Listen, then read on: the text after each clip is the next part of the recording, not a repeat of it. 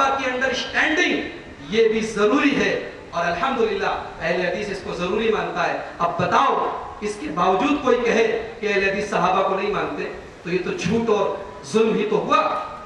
ہاں ایک بات اور بتا دوں، اگر کسی مسئلے میں کوئی حدیث موجود نہ لیکن ایک صحابی کا عمل موجود ہے، غور سے سننا، یہ اصولی بات بتا دوں، کسی مسئلے میں قرآن کی کوئی آیت موجود نہیں ہے، نبی کی کوئی حدیث موجود نہیں ہے، لیکن کسی صحابی کا عمل موجود ہے، تو اہل حدیث کا یہ عقیدہ ہے، اہل حدیث کا یہ منہج ہے، اہل حدیث کا یہ ماننا ہے کہ اگر قرآن موجود نہیں ہے، حدیث موجود نہیں ہے، لیکن صحابی کا عمل ہے، صحابی کا قول ہے، تو وہ بھی شریعت ہے، اس کو بھی شریعت مانا جائے گا اگر وہاں پر قرآن اور حدیث موجود ہے۔ ہاں اہل حدیث ایک جگہ صحابی سے اختلاف کر سکتا ہے، کہاں؟ اگر کسی صحابی کا کوئی عمل، کسی صحابی کا کوئی فتویٰ، کسی صحابی کا کوئی قول اگر حدیث رسول سے ٹکرا رہا ہو تو اہل حدیث یہ سوچ کر اور یہ مان کر کہ ہو سکتا ہے کہ وہ حدیث اس صحابی کو نہ ملی ہو، اہل حدیث اس صحابی کا احترام، اس کی تعظیم اور اس کا مقام سمجھتے ہوئے اس کا وہ عمل چھوڑ دیتا ہے، اس کا وہ قول چھوڑ دیتا ہے اور صحیح حدیث پر عمل کرتا ہے۔ کیا ایسا پاسبل نہیں ہے؟ ایسا ممکن نہیں ہے؟ آئیے ایک مثال دیتا ہوں۔ امام بخاری رحمۃ اللہ علیہ صحیح بخاری کتاب البیوع میں ایک حدیث لائے ہیں، حضرت عمر فاروق ایک دن اپنے گھر میں بیٹھے ہوئے، ان سے ملنے کے لیے حضرت ابو موسیٰ اشعری آئے، انہوں نے دروازہ کھٹکھٹایا، اجازت مانگی، اندر سے کوئی جواب نہیں ملا، وہ واپس چلے گئے۔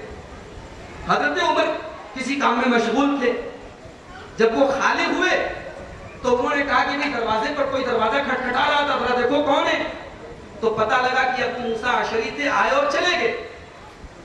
بخاری کے الفاظ ہیں، حضرت عمر فاروق نے ابو موسیٰ اشعری کو بلوایا، کہا کہ جب تم میرے دروازے پر آئے، ٹھیک ہے میں نے تمہاری آواز کو نہیں سنا، اجازت نہیں دی، تم واپس کیوں چلے گئے؟ حضرت ابو موسیٰ اشعری رضی اللہ تعالیٰ عنہ بولے، کُنَّا نُؤْمَرُ بِذَلِكَ، اے حضرت عمر، ہمیں اللہ کے نبی نے اسی کا حکم دیا تھا کہ کسی کے دروازے پر جاؤ، اگر اجازت ملے تو ٹھیک ہے ورنہ واپس چلے آؤ۔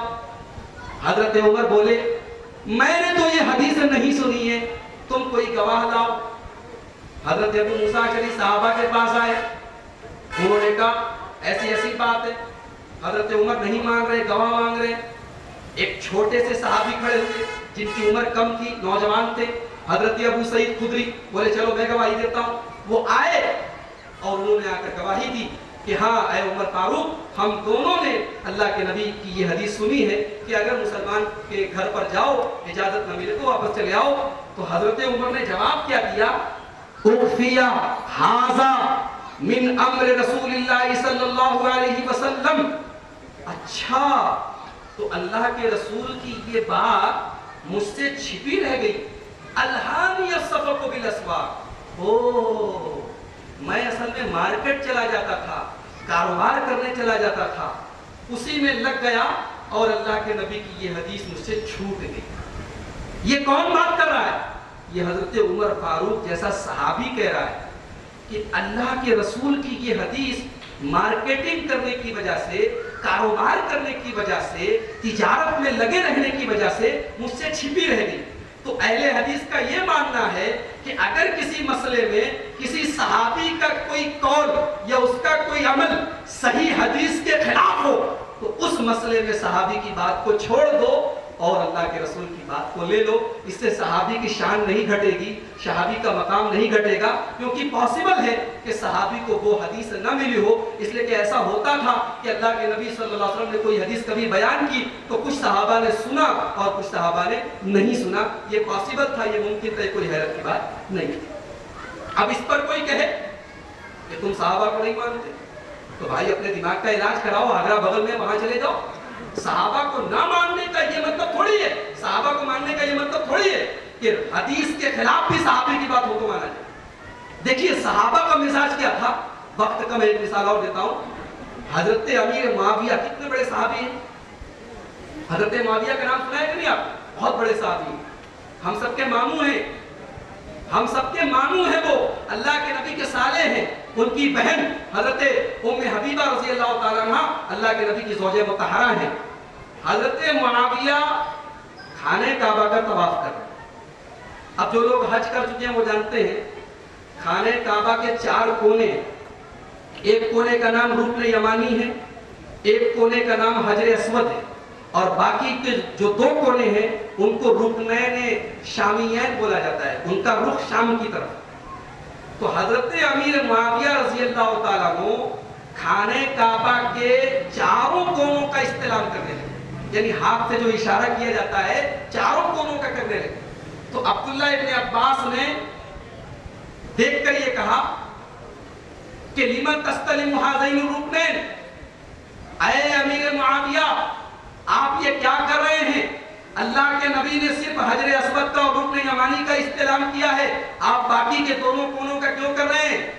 تو حضرت امیر معاویہ بولے لیس شیء من البیت محجورا، ارے یہ خانہ کعبہ ہے، اللہ کا گھر ہے، اگر کر ہی لیا تو کون سا غلط کام ہے؟ تو خانہ کعبہ ہے، تو اللہ کا گھر، اگر باقی 2 کونوں کا استعلام کر لیا تو کون سا گناہ کیا؟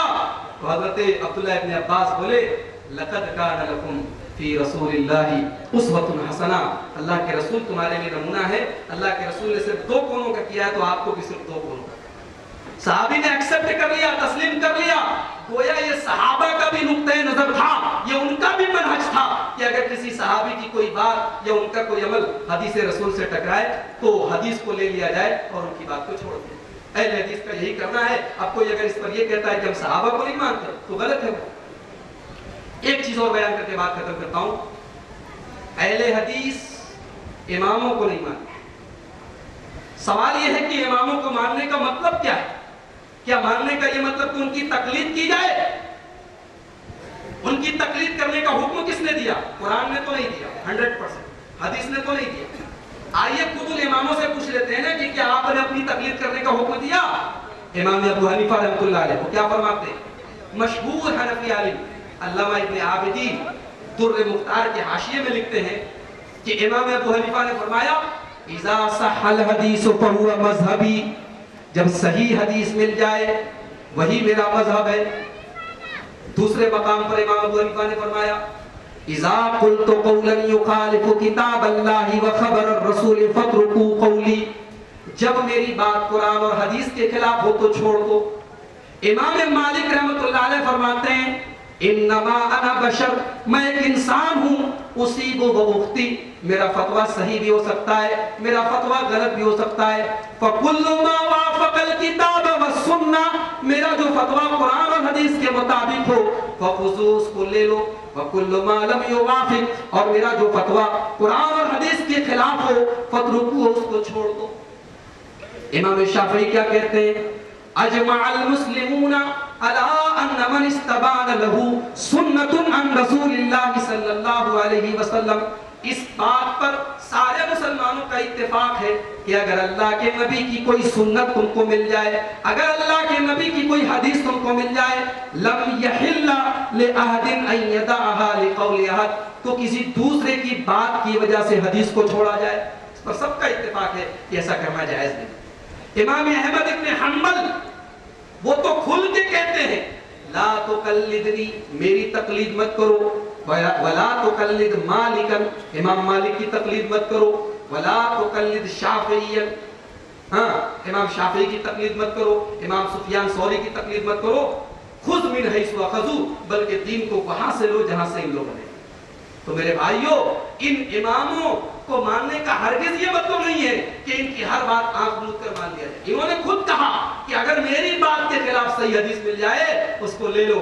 الحمدللہ اہل حدیث کا اسی کے اوپر عمل ہے۔ اہل حدیث سارے ائمہ کی عزت کرتے ہیں، ان کا احترام کرتے ہیں، لیکن اہل حدیث کہتے ہیں کہ معصوم اگر کوئی ہستی ہے تو وہ جناب محمد رسول اللہ صلی اللہ علیہ وسلم کی ہستی ہے، اور یہ اتھارٹی اگر کسی کو دی گئی ہے کہ جو دے دے وہ لے لو اور جس سے منع کرے وہ اس سے رک جاؤ، یہ اتھارٹی اگر کسی کو دی گئی ہے تو پیارے رسول کو دی گئی ہے۔ تو یہ مختصر سے وقت میں نے چند شبہات آپ کے سامنے پیش کیے، باتیں اور بھی تھیں، وقت کم ہے ہمارے اور علماء کرام موجود ہیں، انشاءاللہ